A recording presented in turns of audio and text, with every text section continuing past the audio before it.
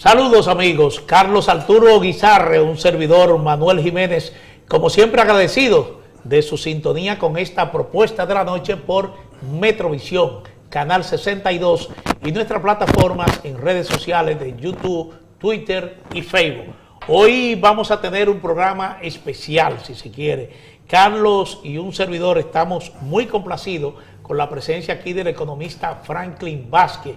Vamos a conversar con él sobre reformas, pero concretamente sobre el tema del proyecto o la propuesta de reforma fiscal que ya está en debate a través de los medios de comunicación, pero algunas cosas se han filtrado. Franklin, saludo, muy agradecido de tenerte aquí en Propuesta de la Noche. ¿Qué tal? Agradecido a ustedes de invitarme, estoy aquí para responder las preguntas que me hagan. Sí. Un placer tenerte aquí.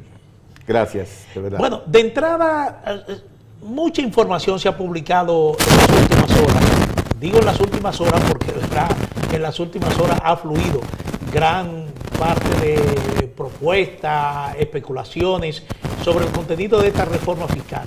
Pero lo más fundamental es que desde el sector oficial hay la idea de que esta reforma no debe perjudicar a sectores vulnerables. Uno dice, bueno, toda reforma más en el orden tributario o fiscal está orientada a incrementar ingresos. Y ese es principalmente el objetivo principal de esta reforma que ha propuesto el presidente de la República. ¿Cómo lograr una reforma que no penalice más a los sectores que ya se sienten afectados precisamente por el sistema fiscal vigente de la República Dominicana?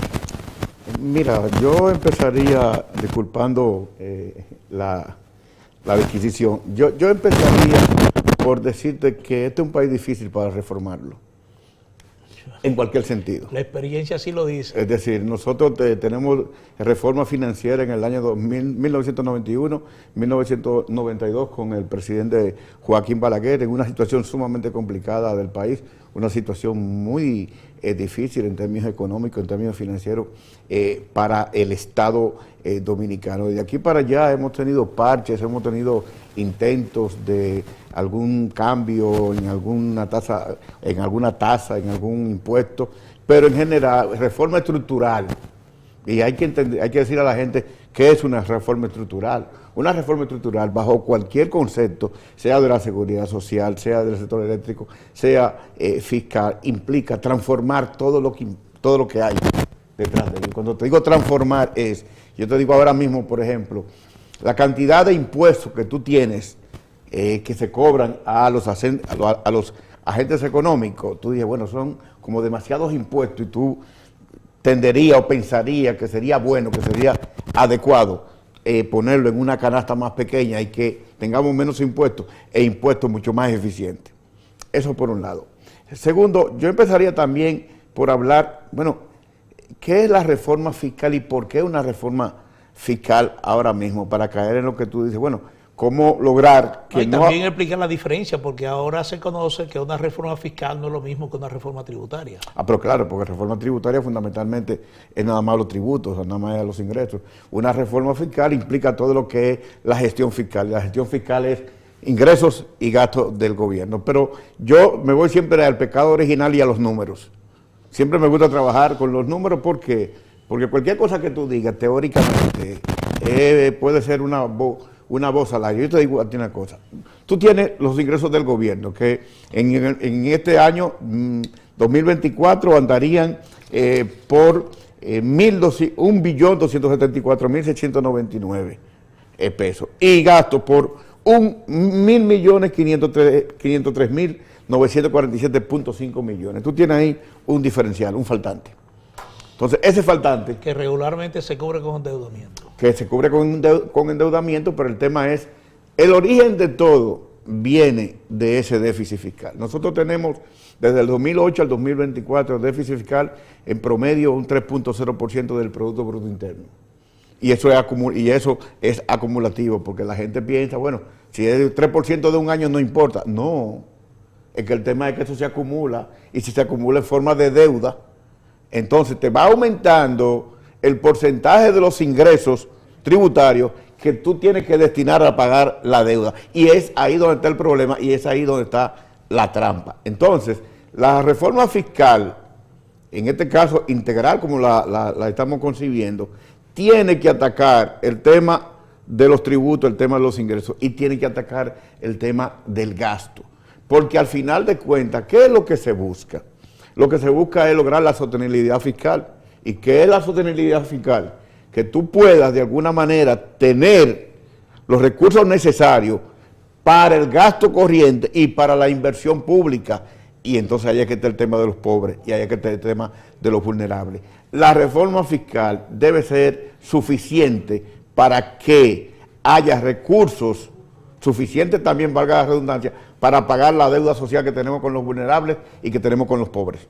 Y es ahí donde está, digamos, la magia de la reforma que se vaya a hacer, desde el punto de vista de tú resolver las distorsiones históricas, tanto desde el punto de vista de los ingresos como desde el punto de vista de los gastos, y de alguna manera también, o no de alguna manera, y fundamentalmente, lograr ese equilibrio fiscal y que ese equilibrio fiscal te permita a ti tener recursos suficientes para la administración pública y también para tú pagar esa deuda social, manteniendo los niveles de pago de la deuda pública, tanto deuda interna como deuda externa.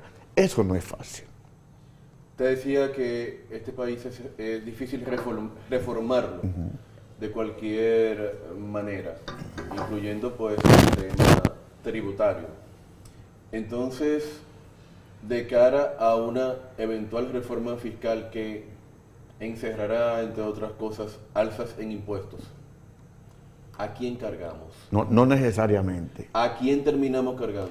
No necesariamente tiene que ver incremento de impuestos, que es otra... Seguramente. No, esa es otra de las cosas que siempre se ha vendido desde la oposición política, cualquiera que sea. No, esta oposición. Pero incluso el presidente lo confirmó de... No, aumento de ingresos. De manera... Aumento de ingresos, no aumento de impuestos, que son cosas diferentes. Y eso es... Bueno, insistiendo en la misma manera, si no estamos hablando de aumento de impuestos, ¿dónde está la magia entonces para aumentar los ingresos?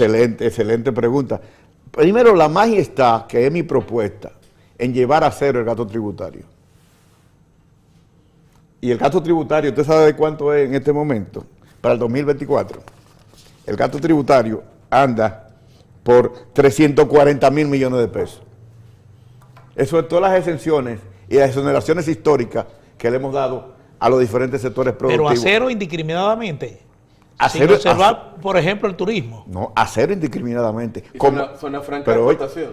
Como un ejercicio fiscal, entiéndame, como un ejercicio fiscal, tú me dices a mí, vamos a desmontar todo lo que es el gasto tributario. Entre otras cosas, voy a empezar por ahí nada más. Tú me dices, bueno, ¿cuáles sectores realmente necesitan que permanezcan las exenciones? Entonces, vamos a trabajar eso. Pero tú lo desmontas porque al final de cuentas, ¿cuántos años tú tienes dándole a sectores que ya han mostrado expansión, crecimiento, desarrollo, generan empleo? ¿Y por qué no pueden pagar impuestos? Bueno, pero ese es el ejemplo vivo de la zona franca. Bueno, yo no sobre todo el turismo. Yo no quiero decir un sector en particular. No, lo estamos señalando nosotros. Por eso yo lo generalizo, por eso yo digo cero gasto tributario para fines de la reforma y el presupuesto del 2025. Y a partir de ahí comenzamos a negociar. Yo te digo, bueno, ¿cuánto tú estás dispuesto a pagarme ahora de impuestos después de 20 años de recibir exoneraciones y exenciones fiscales? ¿Cuándo tú estás dispuesto a pagarme? Yo te puedo dar una exención y además otra cosa. Las exenciones, a partir de ahora y a partir de esta reforma, tienen que ser exenciones planificadas. Exenciones que vayan en desmonte, que es mi propuesta. Es decir, yo te voy a dar exenciones durante 5 años, pero el primer año va a ser de 80%, el segundo de 20%, el tercero de 10% y el quinto de 0%. Para que haya una planificación y el mismo sector productivo de alguna manera se organice y se estructure. Porque es muy fácil tú producir con apoyo del Estado, de los recursos, de los tributos, porque el tema es que lo que no pagan ellos lo pagas tú y lo pago yo y lo paga el camarógrafo. porque hay una compensación. Entonces, eso es una transferencia inversa de recursos. Cuando tú exoneras y das exenciones a determinados sectores productivos que son inversionistas, tú estás haciendo una transferencia inversa, en términos de que le está quitando a los pobres para darle a los que pueden invertir. Entonces, ese es un tema que hay que ponerlo en la mesa. El desafío de eso, Franklin, es que por lo general esos empresarios incurren en invertir en República Dominicana precisamente buscando dos cosas: mano de obra barata y un régimen fiscal amable. Pero que ya eso tiene que cambiar. El mundo cambió, señores. El mundo cambió. Pero Franklin, en el tema, por ejemplo, de zona franca, tú no lo has mencionado, yo lo estoy mencionando porque es uno de los sectores que goza precisamente de un buen régimen de incentivos. Pero en el caso de las industrias de zona franca son muy competitivas a nivel de regional. Cualquier situación que le cambie el modo operandi que tienen actualmente, lo que hacen es que se recogen y se van. Bueno, pero eso también ha sido un pecado original y un cuco que te han metido a ti. Pero eso no es tan fácil tampoco. Eso no es agarrar una carpa y cerrarla y me la llevo por otro sitio. No, porque tú desmontar aquí implica un costo y montar allá implica un costo también adicional. Te tienen que dar demasiado allá para tú cubrir esos dos costos. A ti te conviene mejor quedarte aquí y pagar algo de impuestos que desmontar aquí y montar allá. Porque es que la gente cree que las cosas son como tan fáciles y tan sencillas. Y entonces te digo, no, si no yo me voy. Bueno, pero vete. Porque además este es un país que atrae inversión extranjera. Tenemos ahora un récord en términos de la inversión extranjera directa que tenemos y tenemos un marco de referencia y un escenario donde las empresas pueden invertir con garantía. Mucha desinversión, el nicho ha sido zona franca también. El zona nicho ha franca sido, y turismo. Y hotelería también, y turismo también. Yo lo que te digo es, el mundo cambió, la economía cambió, y el Estado tiene que cambiar. Si el Estado dominicano no cambia, se va a quedar atrás y va a seguir teniendo los mismos problemas de déficit y va a seguir teniendo los mismos problemas de endeudamiento y va a seguir teniendo los mismos problemas de no poder atender las necesidades de la gente y mejorar la calidad de vida de la gente. Pero Franklin, estamos hablando de una reforma fiscal en un contexto donde el Estado tiene que destinar gran parte de sus ingresos para subsidiar el sector eléctrico. ¿Cómo se explica, por ejemplo, incurrir en una reforma fiscal sin antes buscarle una solución precisamente a ese hoyo del sector eléctrico? No es antes, es ahora. Si no, por Sí. eso, ahora. Si no es decir, antes de la reforma, es con la reforma. Yo he planteado en todos los escenarios, las EDES tienen que ser administradas privadamente. Las EDES no pueden seguir siendo instrumentos políticos, ¿ok?, para darlo a determinados socios o apoyos que me dieron en un momento determinado. Tú me vas a decir, bueno, pero entonces tú no eres político, eso políticamente no tiene lógica. Bueno, el tema es que tú decides dos cosas. O tú administras eficientemente el Estado, o seguimos como chivos sin ley y vamos a seguir entonces que siga la fiesta. Yo lo que estoy hablando es poner todos los huevos en la canasta, no en la canasta, no, todos los números ahí en la mesa, ingresos y gastos. Gastos, los problemas que tenemos con el sector eléctrico, los problemas que tenemos con educación, que ese 4% es mucho dinero y en función de los resultados que tenemos de aprendizaje de los muchachos, entonces eso hay que revisarlo. Pero también tú tienes muchos... revisarlo hacia la baja. No, yo no digo hacia la baja, yo digo costo-beneficio. ¿Cuál es el costo-beneficio? Cuando tú tienes que el gasto corriente, casi un 70% de que se lo lleva solamente la administración. Entonces, ¿qué sentido tiene eso? Y la inversión real en tecnología, en equipos, en cosas para la enseñanza, es relativamente bajo con relación al gran presupuesto que hay. Entonces, mira, son muchas cosas, pero yo quiero que las pongamos todas sobre la mesa. El sector eléctrico, óyeme, eso no puede seguir con un nivel de ineficiencia, con un nivel de pérdida técnica, pérdidas económicas, pérdidas financieras. Eso es insostenible. Entonces, en algún momento, alguien tiene que casarse con con la gloria, y yo creo que en este momento el presidente Luis Abinader, no solamente que tiene la intención desde mi punto de vista, sino que tiene un momento histórico para hacer una transformación del Estado dominicano y hacer reformas estructurales que a partir de ahí él va a estar en la historia de la República Dominicana como el gran transformador de la sociedad dominicana y de la economía dominicana. Hablábamos de una propuesta que vieja, no es nueva, de que en sentido general se reduzcan los impuestos bajo la premisa de que eso facilita más que la gente pague. Es decir, de acuerdo a tu experiencia como economista, ¿tiene alguna viabilidad este concepto? Mira, es muy buena tu pregunta, porque yo vengo analizando lo que son las mejores prácticas a nivel internacional de implementación de reforma fiscal. Y te puedo decir que no hay una receta única para todos los países. Es decir, tú dices, bueno, en Costa Rica se hizo una reducción de impuestos y aumentó lo que es los ingresos. Porque eso tiene que ver mucho con la elasticidad o inelasticidad de los impuestos. Aquí es muy inelástico, en términos de que tú me digas a mí, bueno, yo voy a reducir un tanto por ciento de los impuestos y eso me va a generar un aumento mayor en las recaudaciones. Eso no funciona así, porque nosotros tenemos un problema cultural, y ahí te voy al tema de la evasión. Ustedes saben que la evasión fiscal del impuesto del ITEVIS anda por 43.9%. Y tú sabías por dónde anda la evasión. Pero si tú le aligeras la carga a los contribuyentes, probablemente se sientan más motivados a pagar. Pero es que no funciona así, porque hay un problema cultural. Además, tú tienes un problema ahí también de la informalidad. Más del 60% de la economía es informal. Entonces tú me dijiste a mí, si eso va a implicar que se van a formalizar las empresas y van a comenzar a pagar, yo te digo, perfectamente, vamos a sacar el dinero de ahí. Pero no funciona así. No es una cosa de suma cero. Es decir, tú me dices a mí, bueno, vamos a bajar la tasa de el ITEVIS de 18 a 16 o a 14 y vamos a ampliar al 10%, como se está o al 10% y vamos a ampliar la base.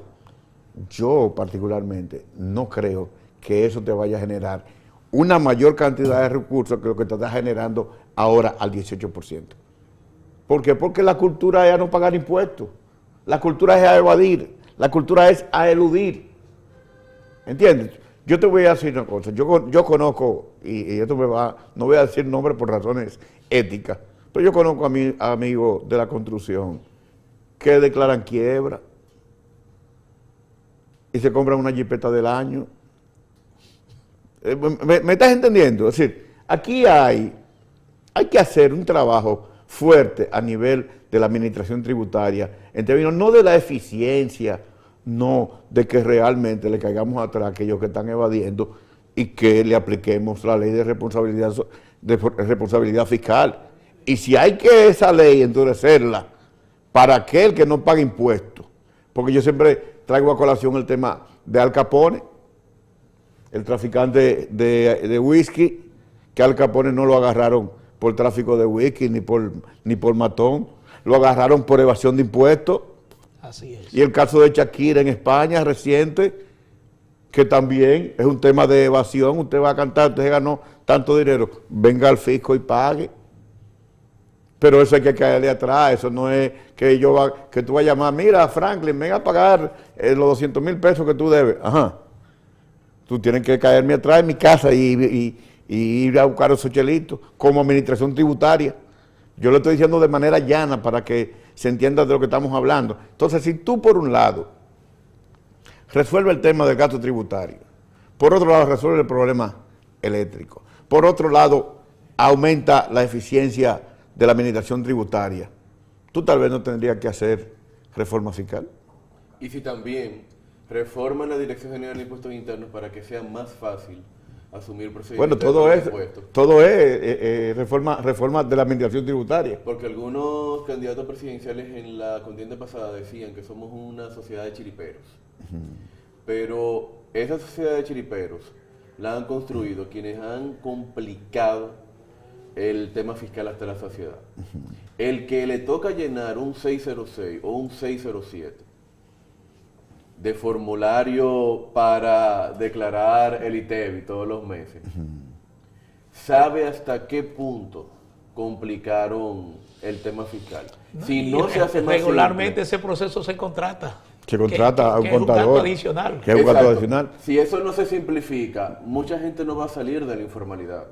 No, mira, ahí nosotros tenemos la propuesta que le hemos consensuado con otros amigos economistas y es el establecimiento de un monotributo como ocurre en muchos países de América Latina. Por ejemplo, en Brasil, con el SEBRA, el Servicio Brasileño de Apoyo a la Pequeña Empresa, hablamos de un monotributo, hablamos de un único pago y que entonces la micro y pequeña empresa sabe que anualmente van a pagar 100,000 pesos y que eso lo pueden pagar en una sola cuota, en 10 cuotas, pero no tienen que estar reportando cada mes lo que es el tema del ITEVI.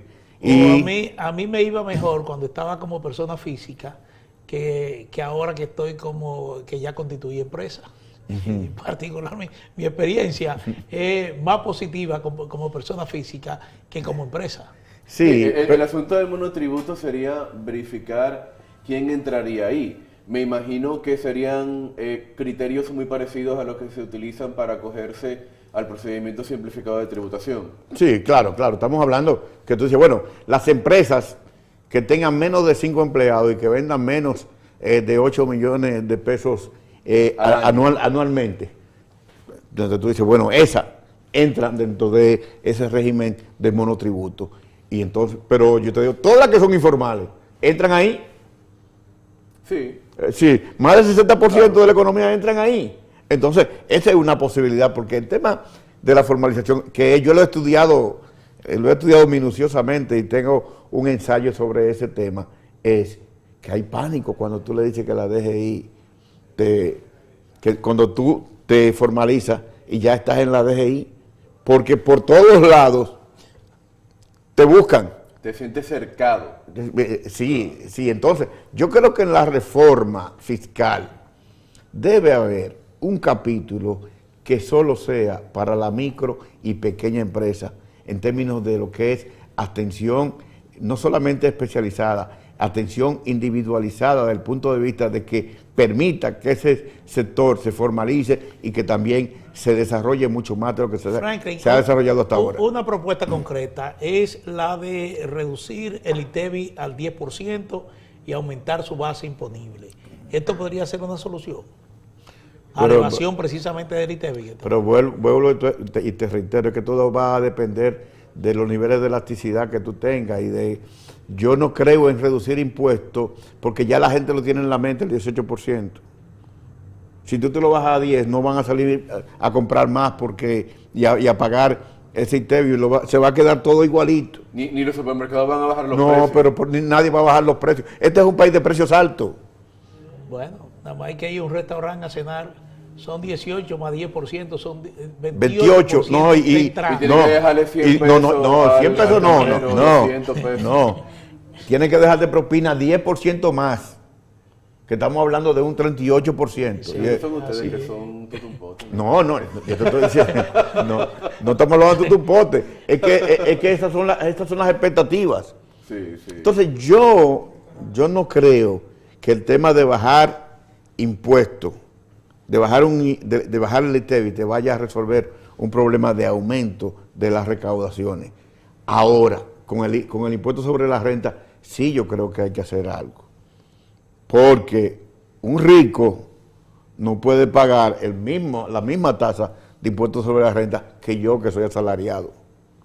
Sí, eso hay que resolverlo. Ni tampoco una gran empresa puede pagar el mismo porcentaje que una pequeña empresa anualmente que está registrada y que paga impuestos. Tú tienes que tener tasas de impuestos sobre la renta diferenciadas. Y ahí sí yo te digo que puede haber un aumento en las recaudaciones.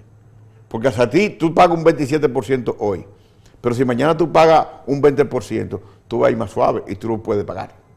Y vas a tener mayor incentivo para pagarlo.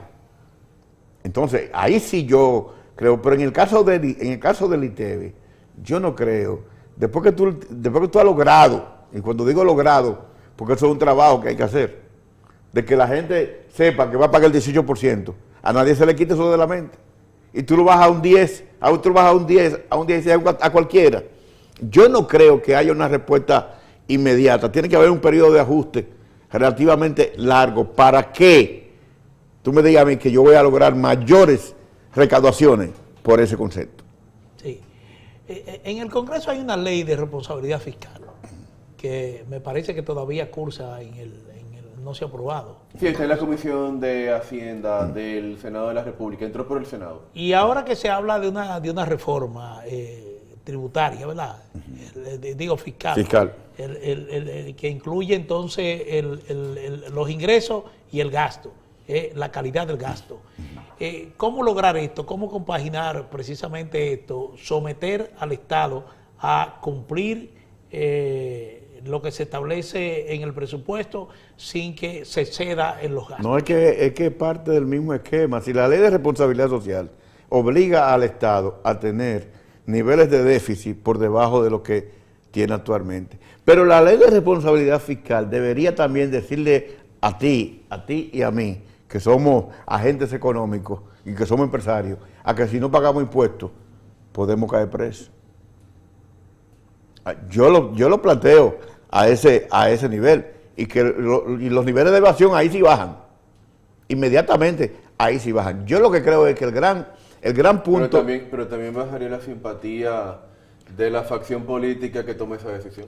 Bueno, yo te voy a decir una cosa. El costo político que se corre. El costo político de convertir en delitos infracciones fiscales es altísimo. Que de hecho, cuando se aprobó precisamente la ley de antilavado, se convirtió la infracción fiscal en un posible delator de lavado. Y afortunadamente para el gobierno de Danilo Medina, la gente no entendía eso, la gente no entendió la ley. Porque si la gente hubiese entendido la ley de la manera tan llana como usted lo está explicando, quizá ni siquiera termine el mandato. O sea, hay un tema político enorme allí. Mira, siempre habrá un costo político en una reforma de cualquier tipo, fiscal, de la seguridad social, pero tú lo asumes o no lo asumes. Porque ¿qué es más importante? ¿Tú generar los ingresos suficientes para pagar la deuda social que tú tienes con los pobres y los vulnerables, o no asumir el costo político? Es decir, siempre va a haber un costo político, pero en este caso, yo creo primero que como la reforma se está haciendo en el primer año de gobierno del presidente Abinader, tiene tiempo para subsanar cualquier imperfección en la implementación de la reforma. Eso por un lado. Segundo, el presidente Abinader, el costo político para él es mucho menor que lo que pudiera ser para el partido de cara a la próxima elección. Dependería, porque hay costos que duran los 4 años. Sí, pero con la característica que tenemos del presidente de la República, que para mí es un gerente que está trabajando como un empleado, como el primer empleado de la nación, y está preocupado por el desarrollo de la nación, es que si tú sabes que tú no te vas a reelegir, tú tienes que hacer un gobierno histórico. Y el gobierno histórico implica hacer transformaciones históricas, implica hacer casi una revolución de la administración pública. Y, de nuevo, tú me dices, bueno, pero el partido puede verse afectado porque si baja la popularidad del partido y del gobierno, en las próximas elecciones puede ser que no se gane en la contienda electoral. Pero yo no puedo adivinar el futuro o hacer todo pensando en la política, igual como yo le digo a la oposición política. La oposición política es tan responsable de la reforma fiscal como el gobierno. Bueno, pero todo esto está en un contexto donde la oposición, y me refiero concretamente a los partidos Fuerza del Pueblo y de la Liberación Dominicana, que como quiera son las dos principales fuerzas de oposición, no parece muy inclinada a consensuar con el gobierno una reforma fiscal. Pero es que las elecciones pasaron, la campaña electoral pasó. Pese a que el gobierno tiene mayoría en ambas cámaras del Congreso, pero imponerla también conlleva un costo político. Sí, porque el discurso de esas fuerzas políticas es como quien dice, dejar que Abinader asuma su reforma. Dejar Sí, que el presidente dejar Abinader... que él asuma la responsabilidad total de la reforma. Pero eso es una irresponsabilidad. Y su costo político. Pero eso es una irresponsabilidad. Pero aún ¿Usted sabe así- por qué? ¿Usted sabe por qué? Porque parte de los problemas que tenemos ahora del déficit fueron causados por Leonel y por Danilo. Entonces, ¿ustedes son corresponsables en alguna medida de que hoy estemos haciendo reforma fiscal? Muy ¿O cierto. no? Muy cierto. Sí, eso no es una adivinanza. Suscribo 100%. Eso no es una adivinanza porque ahora nadie es culpable, solamente va a ser culpable está. Abinader de hacer la reforma. No, y de hecho, el propio empresariado sabe que tiene una cuota y que todos tenemos que pagar parte de la reforma. Porque la reforma viene a resolver problemas históricos, estructurales, en términos financieros y de la gestión del Estado.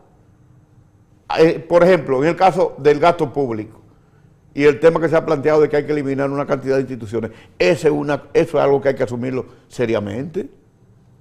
Tú no puedes seguir teniendo instituciones que no generan servicios públicos o que no generan ningún producto de calidad o ningún producto a la ciudadanía. Entonces, tú no puedes seguir con una carga de ese tipo. Entonces, hay que tomar una decisión. El presidente de la República, la semanal, hablaba de que su propuesta de que el país se embarque en un proceso de reforma está dirigido fundamentalmente a reducir la pobreza general en el país. Ahora, el camino entraña esa reforma fiscal, una reforma constitucional, entraña también la reforma del sistema de salud, y uno diría, bueno, para eso se necesita mucho dinero, que es lo que se busca con la reforma. Ahora, eso entraría también en reformar el Estado de manera tal que hagamos como en Argentina, reducir también el número de instituciones públicas. Eso definitivamente hay que hacerlo y alguien tiene que hacerlo. Y alguien tenía que pensarlo y alguien tiene que implementarlo.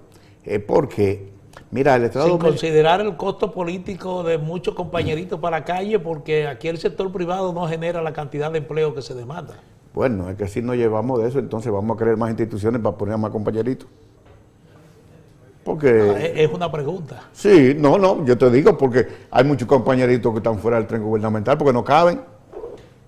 Es que nosotros tenemos un Estado supernumerario, entonces tú tienes que decidir una cosa o la otra. O tú decides eficientizar el Estado, tener un Estado del tamaño de que aspira a la economía o que demanda la economía de la sociedad dominicana, porque en este país se piensa que el Estado es el gran empleador. No. El gran empleador es el sector empresarial. Son las micro, pequeñas y medianas empresas, no el Estado. Y el Estado no está para crear empleo. El Estado no está para buscar soluciones de ingresos a la gente. Para eso están los mercados. Regulador, para eso está, como en Estados Unidos. No, regulador como en cualquier país que se respete, cualquier país que esté organizado. Está para las leyes, para la seguridad ciudadana, para la soberanía, para la estabilidad macroeconómica, la estabilidad de precios, pero no para tener una cantidad de empleados supernumerarios que al final de cuentas lo que te hacen es aumentar el déficit fiscal, que es otro de los temas. Entonces, yo te digo, bueno, espérate, porque así te digo una cosa, te digo la otra. Yo sé que tirar todos los compañeritos de golpe y porrazo a la calle no es justo, ni tampoco eso le cambia la vida a cualquier persona, pero tú puedes hacer un plan. Vamos a hacer un plan de desmonte a 10 años, firmado por los partidos. Sí, no, en serio. Bueno, hay que comenzar por un lado, porque llegará el momento en que el déficit sea insostenible. Y que entonces habrá que cerrarla, obligatoriamente. Claro, el servicio de la deuda ya anda por el 26% de los ingresos anuales aproximadamente. Si esto sigue aumentando, llegará un momento en que de lo que usted habla vamos a tener que hacerlo en emergencia y en medio de un estallido social. O te lo va a pedir el Fondo Monetario Internacional para poderte dar recursos para la sostenibilidad. Frank, entonces yo te digo, espérate, un plan a 10 años, es más, ponte un plan a 20 años. Es como el caso del déficit fiscal del Banco Central. Tú tienes que hacer algo con eso. Hay que pagarle al banco.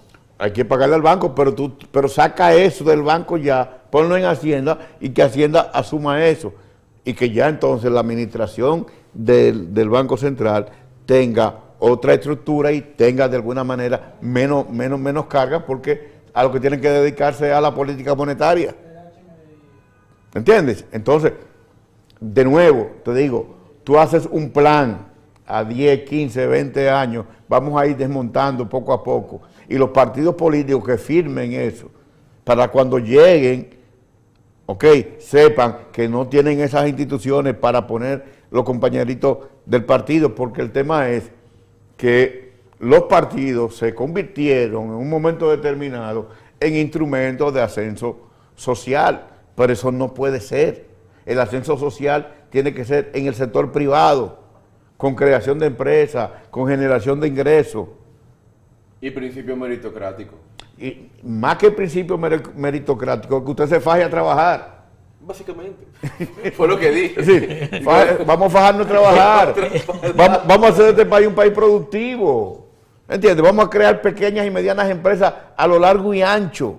Sí. Y lo que tú dices, perdón, en esta idea, lo que tú dices es muy fácil de sustentar, porque el mayor empleador de la economía dominicana realmente es el sector informal. Si tú conviertes toda esa economía informal en economía formal, tú creas empleo de calidad en muy poco tiempo. Bueno, yo no sé. Porque muchos empleos informales son buenos. Uno piensa que el empleado informal nada más es el chiripero, el bombero, pero hay muchos empleos informales que son buenos. Pero ponte a ver la cantidad de personas que hay vendiendo por internet y que tienen 3 y 4 empleados que no están registrados en ningún sitio. Pero más, los plomeros. Servicios especializados. Los buenos plomeros, los buenos electricistas, los buenos mecánicos. Instalación de aire, acondicionadores. Esa gente trabaja ahí formal. Y no te pagan un peso de impuestos. No, y tú no le la gente escucha una escucha factura en comprobante fiscal a esa gente. Sí. No, imposible. La gente escucha mucho decir calidad del gasto, calidad del gasto. Ahora, ¿qué es la calidad del gasto? Mira, es una excelente pregunta que me la hicieron. La calidad del gasto tiene que ver con que lo que tú inviertas en una institución pública te genere bienes y servicios públicos de calidad. Eso es calidad del gasto. Si yo te digo a ti, bueno, tú vas a invertir 100.000 pesos, 100.000 millones en educación. La calidad del gasto es que los muchachos sepan leer y escribir. Pasen PISA. Que los muchachos pasen PISA. Claro. Que los muchachos sepan matemáticas. En educación no podemos hablar de calidad del gasto. No podemos hablar de calidad del gasto, por Dios. A eso quería llegar. Porque es simple, igual, tú dices, en salud, porque no es que tú gastes menos, es que tú gastes bien. Otro ejemplo, yo tengo una amiga que ya está envejeciente y no una persona de clase media, por ejemplo, y tiene serios problemas para accesar a una ARS que le brinde servicios de salud. Es decir, le ponen mil obstáculos, estudios, exámenes, pero al fin y al cabo nunca le dan ingreso. Es decir, esa otra forma, porque se está hablando del proceso de reforma del sistema de salud. Del sistema dominicano de la seguridad social. De la seguridad social. Entonces, es otro problema que afecta precisamente a todas las personas envejecientes en el país. Mira, la reforma fiscal debe estar unida a la reforma del sistema dominicano de la seguridad social. No solamente por la cantidad de recursos que tú tienes envueltos en el sistema. Te lo pregunto por el tema de la calidad del gasto. Bueno, es que más que calidad del gasto, es que la estructura del sistema dominicano de la seguridad social es una estructura compleja desde el punto de vista de la cantidad de instituciones que funcionan en el sistema. Entonces, lo que tú tienes que lograr es, en temas de la seguridad social, porque yo fui el moderador de la mesa técnica de la reforma de la seguridad social, en donde estaban todos los sectores representados, y te digo, nosotros tenemos un sistema dominicano de la seguridad social que funciona, pero hay muchas cosas que corregir. Hay muchas cosas de acceso que hay que corregir. Hay muchas cosas que tienen que ver el tema de las ARS, el papel de las ARS, las AFP, si todo lo que implica lo que tú vas a obtener una vez te retires y te puedan dar tu pensión, esos son temas que hay que ponerlos sobre la mesa y que implican recursos también. Y yo lo pondría junto con la reforma de la seguridad social, porque ciertamente... Bueno, está incluido en el proceso de reforma que se está proponiendo. Claro, porque ciertamente nosotros tenemos que garantizar al final de cuentas, óyeme, que la calidad de vida de la gente mejore. Eso es todo. Todo lo que tú tienes que hacer en un país y en este país, en este momento, es que la gente mejore la calidad de vida y que también se reduzca la pobreza extrema, que se elimine la pobreza absoluta, que se elimine la indigencia, que se reduzca la vulnerabilidad. Y todo eso con inversión pública que se tiene, ¿entiendes? Y para eso tú tienes que hacer una reforma que te dé los recursos suficientes para poder hacer dichas inversiones. Entonces, eso es, como te digo, yo sé que al final... Eso en sentido general es el costo de la democracia. Es el costo de la democracia y el costo de la estabilidad política, económica y social, porque nosotros vivimos en un país maravilloso ahora mismo, pero eso cuesta. ¿Pero quién lo paga? Esa es la pregunta. ¿¿Quién lo paga? Tenemos que pagarlo entre todos. Porque esto que vivimos nosotros, esta forma de vida que tenemos nosotros, con sus problemas y a veces inseguridades ciudadanas y robos y todo eso, y asaltos, pero yo siempre digo, pero mírate en el espejo de Venezuela, mírate en el espejo de Nicaragua, mírate en el espejo de Cuba, mírate en el espejo de Haití. Incluso Costa Rica, que le llamaban la Suiza de las Américas, el nivel de seguridad se ha estado deteriorando suficiente, pero sobre todo es por la migración también. Entonces nosotros tenemos un país, señores, maravilloso, y este país hay que sostenerlo, hay que sostener esta estabilidad, y esto cuesta, y todos tenemos que tener un sacrificio. Por eso hablo de que los partidos políticos de oposición mayoritarios tienen que estar a la par en la discusión de la reforma, porque fueron culpables, pero también deben ser dolientes de eso, y también tienen la experiencia para decir lo que no se debe hacer. Es que también en nuestra clase política es muy, muy inmadura. Y podemos poner el ejemplo de la Estrategia Nacional de Desarrollo. Bueno, depende. Maduran cuando están en el gobierno, pero inmaduran cuando están en la oposición. Es al contrario, es bastante madura. Un plan a 20 años. Y no se ha cumplido a cabalidad. Bueno, esa estrategia nacional ninguna estrategia. Yo no sé. Lo que pasa es que los niveles. Yo no sé si se le está dando seguimiento. No se le está dando seguimiento, no. Ajá. No, y hay informes anuales, sí. Y hay resultados muy, muy buenos. Lo que pasa es que la Estrategia Nacional de Desarrollo es ambiciosa. Si el nivel de ambición de lo que hicieron las... Pero tenía plazos de cumplimiento. Claro, tenía plazo de cumplimiento y tiene también mecanismos de seguimiento, pero es que la cantidad de cosas, indicadores que tú tienes que lograr, son demasiados para tú poderlo hacer al periodo de tiempo que nos establecieron. Sobre todo en un país que en muchas cosas no tiene continuidad de Estado y que te cambian un ministro, un director general y te cambia todas las cosas. Ahí es donde está la inmadurez de la clase política. Entonces no es tan fácil, pero al final de cuentas, yo le digo a ustedes, yo creo que el presidente de la República, Luis Abinader, tiene el compromiso histórico de hacer las reformas estructurales. Yo estoy convencido que él lo va a hacer. Y estoy convencido también de que el empresariado va a apoyar ese proceso, porque yo creo que le conviene al empresariado, no solamente por el tema de la estabilidad, sino por el tema de que tú tienes consumidores con mayores ingresos, entonces tú tienes mayor demanda y tú puedes entonces tener mayores niveles de venta, y por esa vía tú puedes tener expansión, que es una de las cosas que yo siempre apuesto. La reforma fiscal tiene que ayudarte al desarrollo productivo. No es para acabar con la economía ni para parar el motor de la industria. ¿De acuerdo? Bueno. Y yo creo que estamos en un momento histórico y yo creo que el presidente Abinader lo va a asumir como tal. Bueno, Carlos, debemos sentirnos satisfechos, ¿verdad? La verdad que sí. Traímos un plato fuerte. Sí, yo creo que realmente yo espero que los amigos televidentes lo hayan digerido muy bien. Se va a vender bien en YouTube esta entrevista. Sí, vamos a ver. Bueno, muchísimas gracias, Franklin Vázquez, economista. Ha estado aquí en Propuesta de la Noche hablando precisamente de las reformas. Es un tema que vamos a tenerlo por mucho tiempo, por ahora, porque yo espero que durante todo este año estemos hablando de eso. Ese va a ser el tema. Hasta la aprobación del presupuesto. Bueno, Carlos Arturo Guizarri, un servidor Manuel Jiménez, agradecido de su sintonía con esta propuesta de la noche por Metrovisión, Canal 62 y nuestras plataformas en redes sociales, YouTube, Twitter y Facebook. Buenas noches.